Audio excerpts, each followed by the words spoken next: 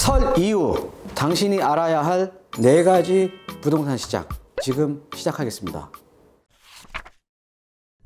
네, 안녕하십니까. 드림문화투자연구소 정창래입니다. 자, 여러분 거기 설 명절 잘 보내셨습니까? 예, 지금 올해 같은 경우에는 지금 뭐 저도 마찬가지로 저도 이제 집에만 계속 있었거든요. 이제 거리두기 때문에. 예, 빨리 좀 이게 좀 좋아져서 예, 친지 또 가족분들 또 친구분들 이렇게 예전처럼 좀 자유롭게 예, 만날 수 있었으면 좋겠습니다. 자, 이번에 그 설 명절 이후에 제가 오늘 준비해드린 강의는요, 여러분께서 주목하셔야 할 4가지 부동산 시장입니다. 지금 이제 이사 부동산 대책도 나왔죠. 예, 이사 부동산 대책도 나오고 나서 지금 어떻게 이 시장이 흘러갈 것인가, 여러분들이 좀 아셔야겠죠. 그러니까 우리가 항상 투자라는 건 그렇습니다. 이 투자라는 거는 예, 참 준비를 잘 해놓으시는 분들이 당연히 어떻게 보면 투자를 더 잘하겠죠. 예, 그래서 그런 내용으로 좀 준비를 해봤습니다. 여러분께서 좀 주목하셔야 되고 좀 아셔야 되는 예, 요점만 좀 말씀을 드릴게요. 자, 일단은 우리가 지금 민간 재개발이라던가 재건축 시장, 예, 민간 재개발이라던가 이 재건축 시장이 이제 어떻게 흘러갈 것인가. 일단은 제가 옆에 밝음이라고 했습니다. 밝음.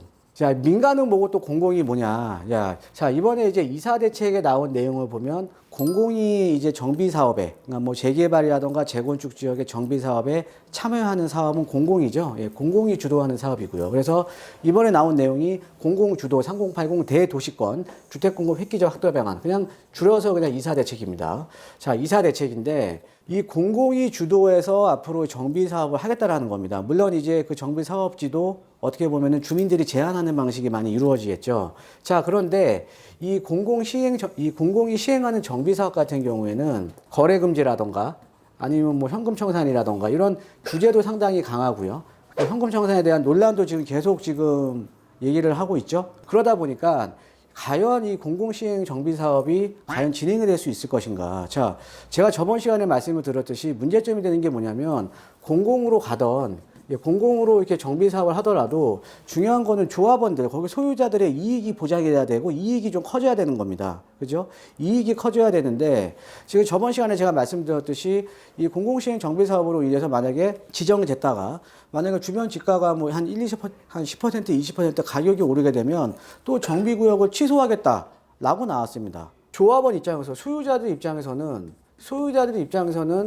가격이 올라야 공공시행도 하는 거 아닙니까? 그렇죠? 예. 그러니까 가격이 올라야 공공개발도 찬성하는 거 아니에요. 그죠? 어찌됐든 우리가 조합원 동의요건이 있는 거니까. 물론 동의요건은 기존 민간 재개발, 재건축에 비해서 동의요건이 완화가 됐지만 어찌됐든 조합원들의 동의를 받으려면은 조합원들 입장에서는 남지도 않는데 이익이 커지지도 않는데 개발에 찬성할 이유는 없을 거 아니, 개발에 찬성할 이유는 없잖아요. 그죠? 예, 그래서 어떻게 보면 이 공공시행 정비 사업이 과연 진행이 잘 될 것인가. 일단은 좀 불확실성이 상당히 좀 크다라는 거죠. 예, 불확실성이.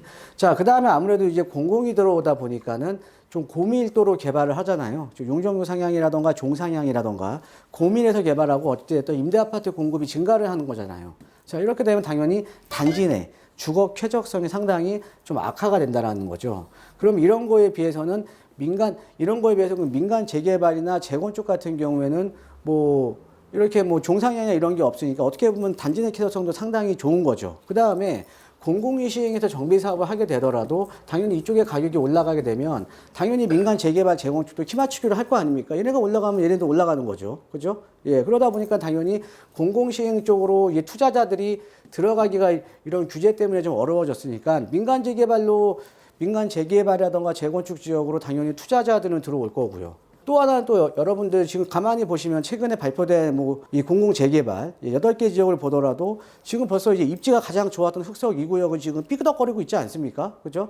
그러니까 뭐냐면 사실은 입지가 좋은 이 민간 재개발이나 재건축 입지가 좋은 지역이라는 거죠. 그러니까 입지가 좋다는 건 뭐냐면 개발을 하게 되면 사업성이 담보가 되는 겁니다. 그러니까 굳이 공공으로 갈 필요가 없는 거예요. 그래서 민간 재개발 재건축 지역이랑 그다음에 공공이 시행하는 정비 사업지랑은 사실은 입지적인 편차가 상당히 큽니다. 그러니까 우리가 공공시행을 하게 되더라도 입지적인 여건이 좋은 지역들은 공공으로 안 가겠죠. 만약에 민간으로 갔을 때 사업성이 떨어지는 지역이나 공공으로 갈 수 있다라는 거죠.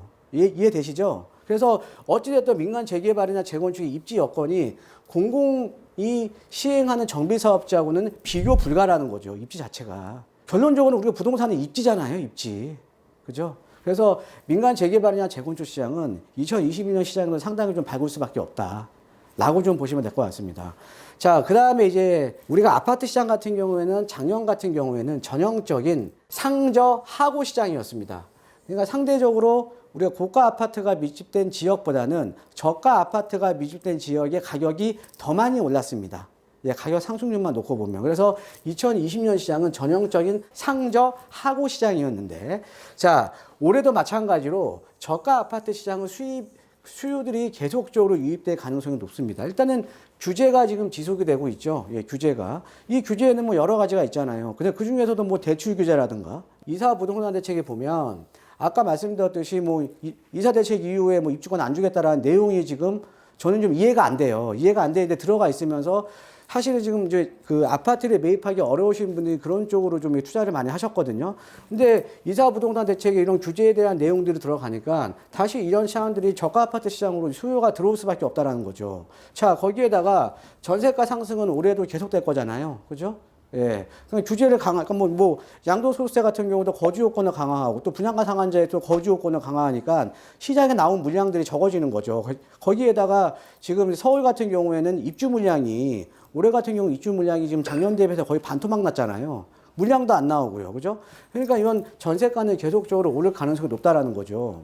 그러니까 전세가가 상승하고 또 규제는 지속이 되니까 거기다가 좀 대체주택, 이 대체주택이 뭐냐. 최근에 여러분들 빌라 시장도 상당히 뜨거웠거든요. 지금도 뜨겁습니다. 왜? 아파트를 못 사니까 자, 이런 거죠. 고가 아파트 못 사니까 저가 아파트 사는 거고 저가 아파트 못 사면은 아파트보다는 가격이 싼 대체주택, 빌라라든가 이런 것들도 많이 사는 거잖아요. 그러니까 우리가 지금 예전에는 사실 아파트 같은 경우는 취득세 부담 때문에 사실은 좀 가격이 많이 안 올랐습니다. 근데 최근에는 아파트 같은 경우도 가격이 많이 올랐죠. 그죠? 예.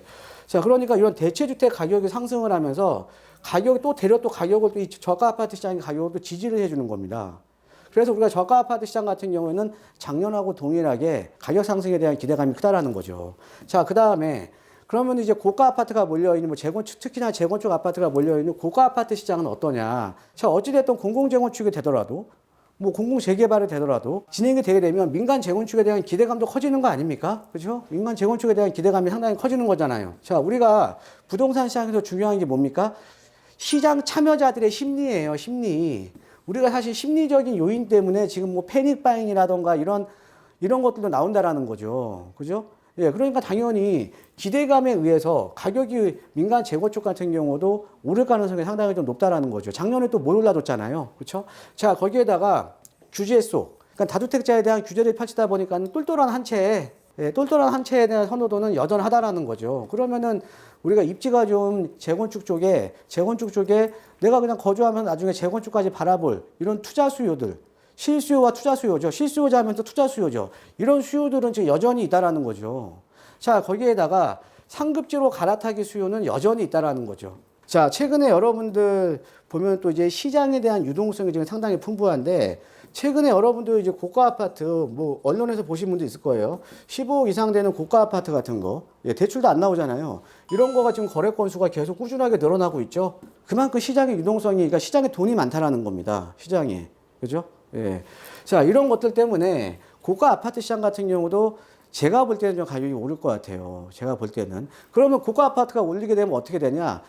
고가 아파트도 가격이 오르는 거죠. 저가 아파트도 오르는 거고. 그래서 결국은 뭐예요? 아파트 시장도 상당히 밝은 거죠. 아파트 시장도, 여러분들.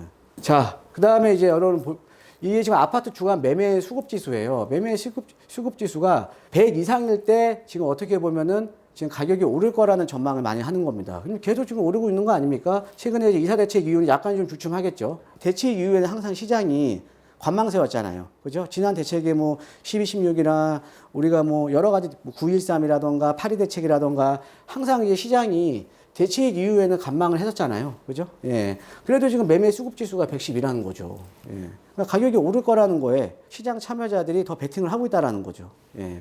이렇게 보시면 될 것 같고요.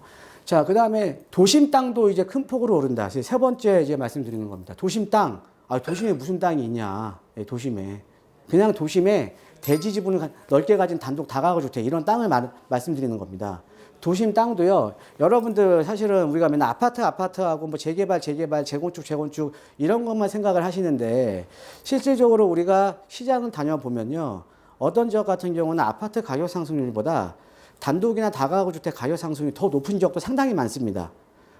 그러니까 뭐냐면 사람들은 자기가 관심을 갖고 있는 데만 딱 보는 거예요. 자, 그런데 실질적으로 시장 같은 경우에는 단독 다가구 주택이 아파트보다 더 많이 오른 지역도 많다라는 거죠. 그런데 이 도심 땅 가격이 심상치가 않습니다.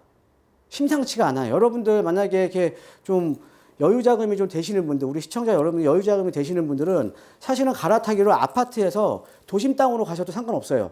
물론 이제 좀 거주는 아파트보다는 이제 좀 관리에 대한 거, 거주에 대한 거는 좀 불편함이 좀 따르겠죠. 그런데 도심 땅 가격이 심상치가 않습니다, 여러분. 왜 그러냐? 공공에서 정비 사업을 한다고 하고, 그죠? 민간에서 지금 정비 사업을 많이 했잖아요. 뉴타운 같은 대규모, 그죠? 자, 공공에서 정비 사업하고 민간에서 정비 사업을 한다라는 거는 뭐가 헐려지는 거예요? 여기에 있는 단독 다가구, 아니면 연립주택, 아니면 빌라, 이런 기존에 있던 주택들이 헐려버리는 거 아닙니까? 노후주택들이, 그죠? 자, 그러면은 이런 공공정비사업이든 민간정비사업이든 재개발, 재건축이 된다라는 거는 기존에 있던 단독 다가구 수가 줄어드는 거예요. 빌라도 마찬가지고, 그죠? 예. 그러니까 수가 줄어드는 거잖아요. 수가 줄어드니까 당연히 희소성이 커지는 거죠. 당연히.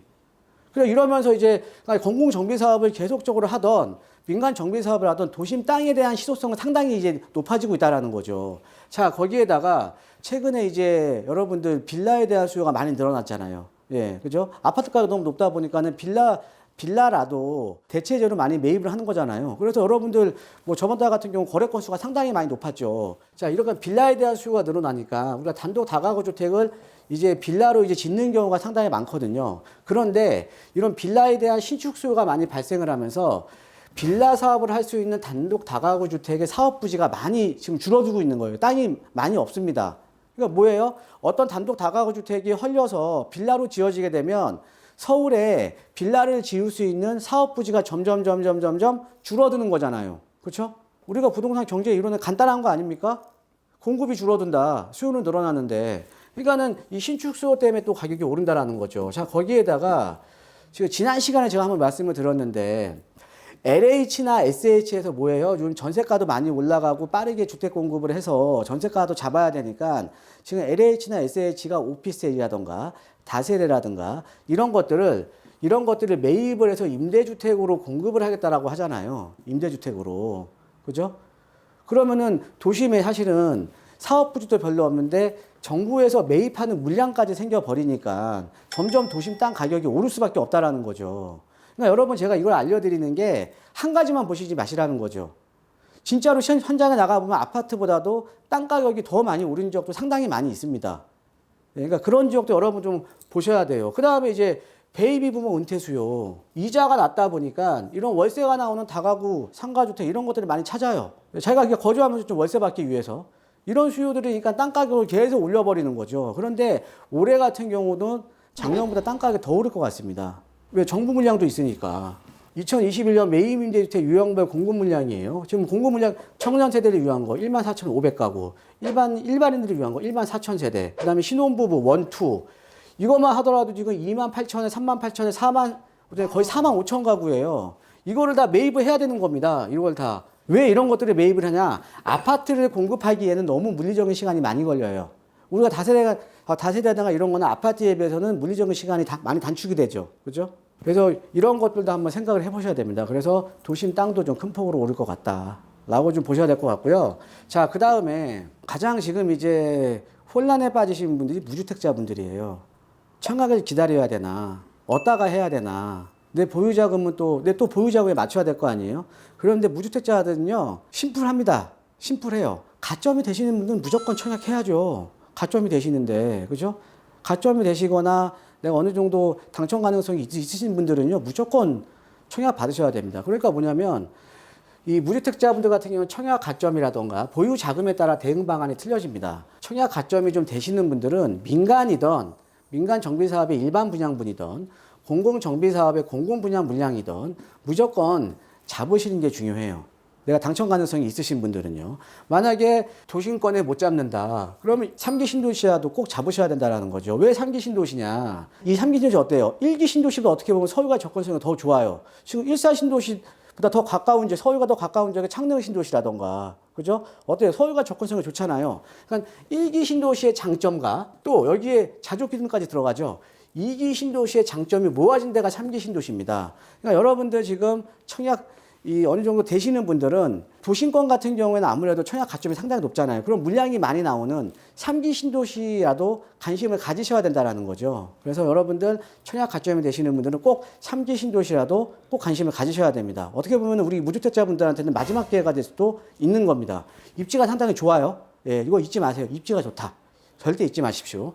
자, 그 다음에 청약 가점이 안 돼. 그러면 기존의 지금 재고주택 시장이라도 지금 공략을 하셔야 됩니다. 내 가용할 수 있는 금액 내에서는. 아까 말씀드렸잖아요. 작년도 상저하고인데 올해도 뭐 저가 아파트, 고가 아파트를 오르고 저가 아파트를 올 수밖에 없어요. 고가, 차고가, 저가 아파트. 그러면은 기존의 재고주택 시장이라도 자기가 가용할 수 있는 금액 내에서는 공략을 하시는 게 좋습니다. 아무래도 이제 뭐 보유세에 대한 부담 때문에, 양도소득세에 대한 부담 때문에 6월 이전에는 물량들이 조금만 나오겠죠. 이런 뭐 다주택자들 물량도 나올 거 아닙니까? 그러니까는 기존의 재고주택 시장을 꼭 공략을 하셔야 되고요. 그 다음에 이제 뭐 도심권에 좀 힘들다라는 분은요, 수도권 지역에 GTX 역세권 예정지를 공략을 하셔야 돼요. A 노선, B 노선, C 노선 있잖아요. 뭐 앞으로 뭐 D 노선도 뭐 얘기가 나오고 있는데 일반 지하철보다 속도가 엄청 빠르잖아요. 그죠? 그러니까 도심 접근성이 좋아지는 거예요. 자, 그러면 우리가 중요한 거는 서울과의 물리적인 접근성은 떨어져도 시간적으로 가까워지게 되면 당연히 가격이 오를 수밖에 없는 겁니다. 왜? 수도권 지역도 다 보세요. 서울과의 접근성에 따라서 딱딱딱딱딱 정해져 있잖아요. 신도시가도 마찬가지고. 그죠? 그럼 여러분들 조금 이제 여유 자금이 안 되시는 분은 수도권 내 GTX 및 뭐 역세권, 서울과의 접근성이 높아지는 이런 역세권 예정지 쪽으로 그냥 사놓고 내가 거주하면서 기다리는 거죠. 왜? 지금 좋은 데는 비싸니까. 접근성 좋은 데는 비싸니까. 그죠? 그럼 이런 지역에, 좋아지는 지역에 내가 길목을 잡고 있는 겁니다. 이렇게라도 하셔야 돼요. 또 이것도 안 된다. 그러면은 개발이 가능한 지역에 가만히 있지 마시고요. 청약도 안 되고 보유자금 적어. 그러면 개발이 가능한 지역에 소액으로라도 묻어놔야죠. 소액으로라도. 그러니까 서울에서도 지금 민간 재개발 할 때 많잖아요. 노후도 높은 데 많고 입지적인 여건이 좋은 데 많잖아요.